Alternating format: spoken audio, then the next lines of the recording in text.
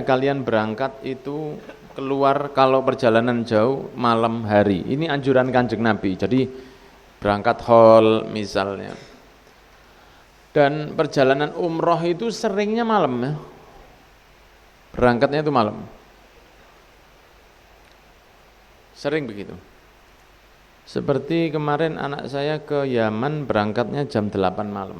Tapi ya saya tidak tahu pesawatnya itu apa niru sunnah apa memang jadwalnya dapat jam segitu, saya tidak tahu. Tapi sering umroh itu berangkatnya malam. Ya, sering.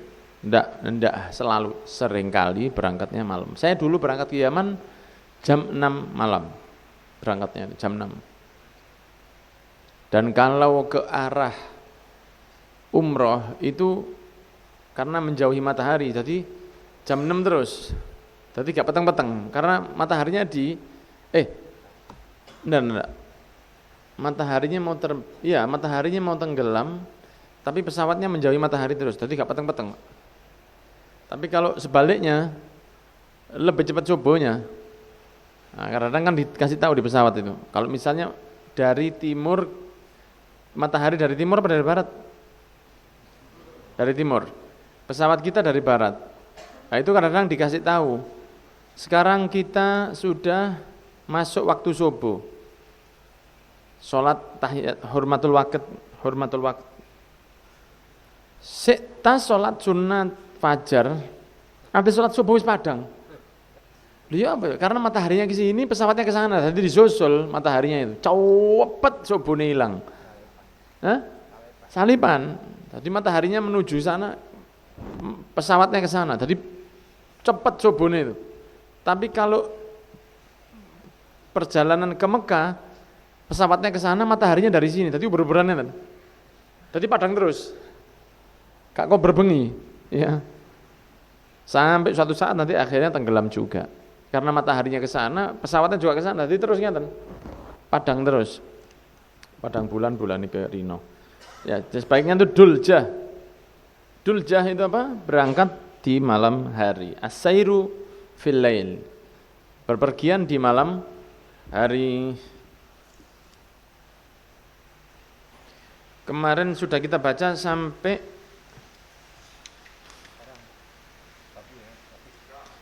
ya. Yang keempat belum ya. Yang ketiga sudah. Yang keempat kita bahas dulu ya secara bil ikhtisar bil barokah. Ya, di antaranya Rasulullah SAW mengatakan ketika ada yang berpencar. Kana nasu idza nazalu manzilan tafarraqu fi syi'abi wal awdiyah. Wa qala Rasulullah inna tafarraqakum fi hadhihi syi'abi wal awdiyah inma dzalikum minasyaiton. Falam yanzilu ba'da dzalika manzil illa dhamma ba'dhum ila ba'd. Maksudnya kalau bisa berangkat itu bareng-bareng. Itu lebih baik. Zaman dulu, zaman sekarang juga. Umroh. Itu sebaiknya misalnya ketika sudah umroh, ati umroh dewe. Nah, itu aja aku berangkat dewe, aku iso kok. Jangan. Iki Mekah iki, ya kutuk jalinan nih. Ngwalati ini nemen. Ya ini bukan lawang ini.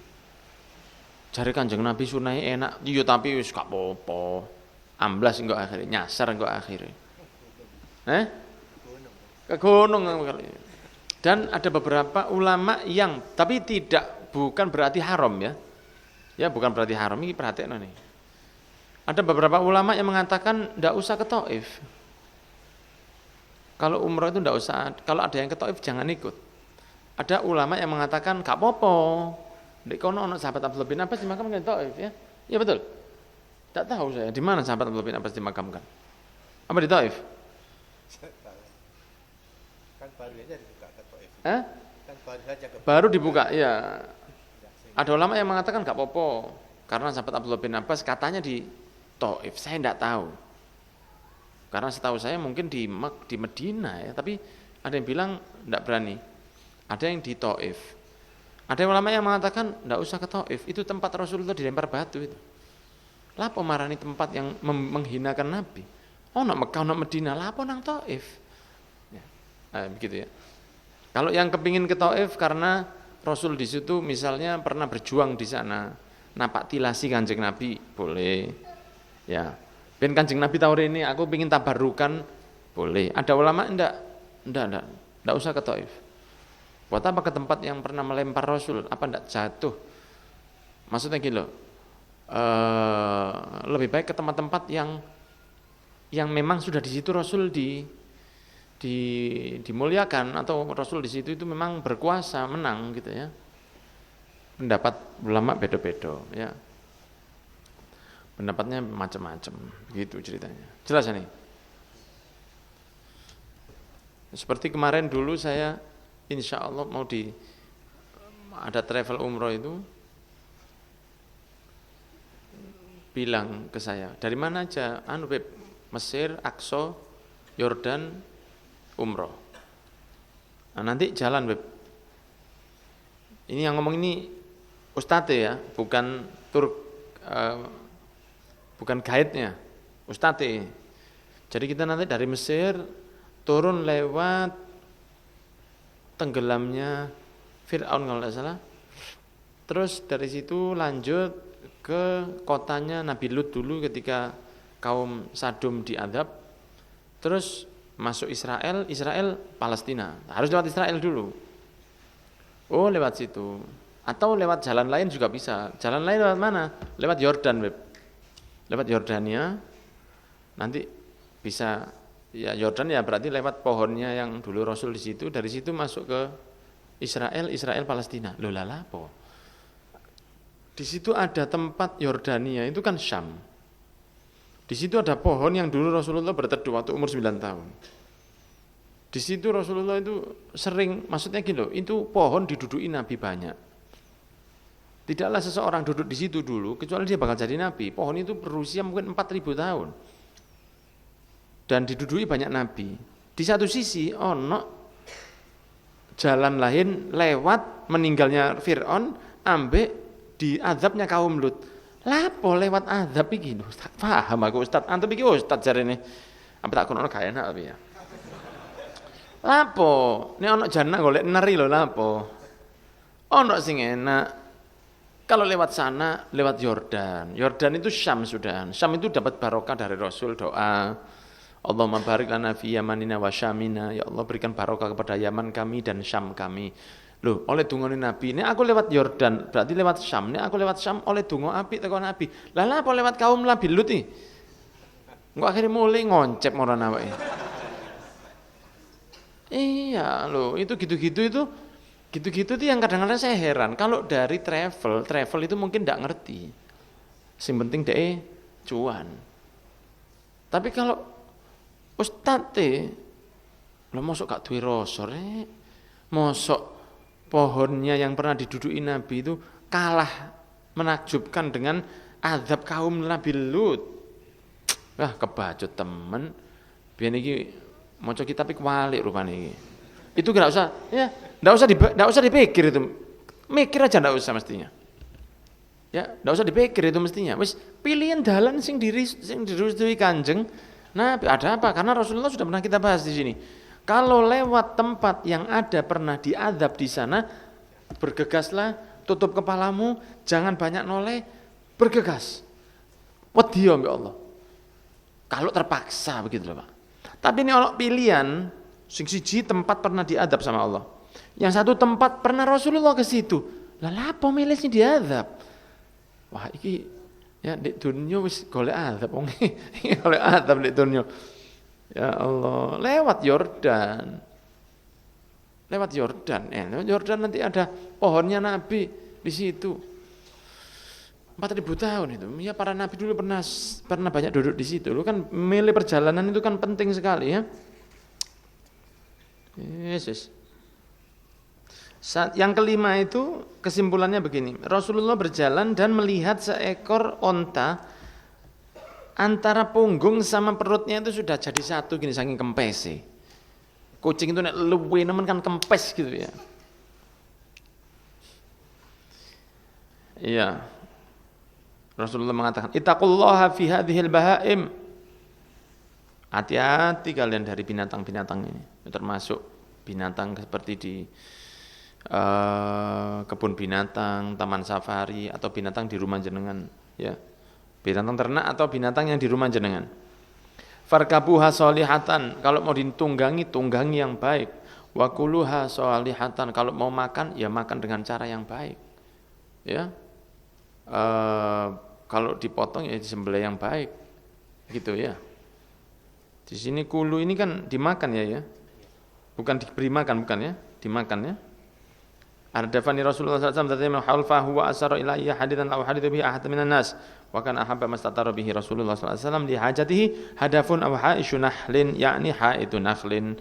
Rasulullah SAW itu kalau perjalanan itu beliau itu senang untuk berlindung di belakang seperti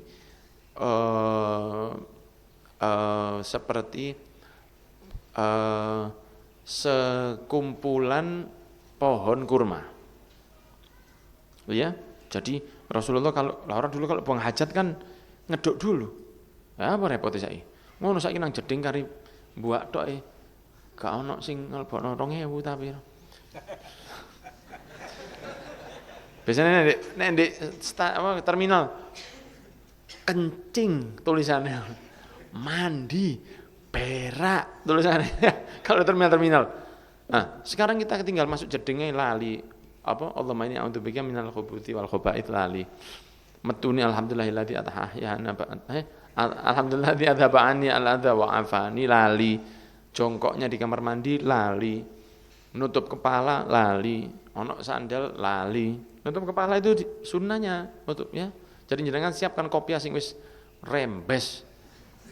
Ojo sentuh tulisane NU ojo. Atau yang tulisan ada tulisan gambar trompa jangan. Ya kopiah sing wis blegedes wis welek itu. Atau pakai shower cap plastik itu. Tahu shower cap? Tahu? Ojo guyu terus gak ero lho ya. Iya, apa? Enggak tahu saya. Ojo. Plastik sing gawe kepala itu, shower cap namanya. Tutup kepala kalau masuk jeding, siap nang jero jeding itu ada. Sing elek sing gak digawe. Ojo sing apik, gawe nang jeding, mari ngono gawe segala macam ngaji Quran, nang jeding gawe kabeh padha ya aja. Kebacut temen kopi regane pirang ewu sih wong sing elek 10.000 kuwi lho soleh, Pak, ya. Bolong kabeh tapi. Maksudnya rongga, ada rongganya gitu loh kan bolong kabeh. Taruh di kamar mandi tutup. Nah, Rasulullah kalau mau buang air, mau buang hajat itu Rasulullah SAW senang untuk menyembunyikan dirinya di balik-balik pohon kurma begitu dulu. Nah, kan sekarang sudah ndak. Sekarang kan wis ono jeding, ono ya. Kan enak. Ndak apa namanya? Ndak repot ya. Kemudian Rasulullah sallallahu alaihi wasallam ya fatakhala ha'itan li rajulin minal ansari fa idza fihi jamalun falamma ra'al jamalu Nabi sallallahu alaihi wasallam jarjaro wa dharafat ainahu. Kemudian setelah itu Rasulullah melihat ada seekor jamal unta. Jamal, kalau jamal bagus indah, jamal unta, makanya jamalun nanin. Iku harus rada dawa. Jamalun ma qasidah itu. Ojo jamalun ma jamal unta, Pak. Keindahan yang tiada duanya. Jamalun ma fithnain. Keindahan yang tiada duanya. Jamalun ma fithnain, unta yang tidak ada duanya. Karena yang tidak ada duanya itu bukan unta tapi kijang ya.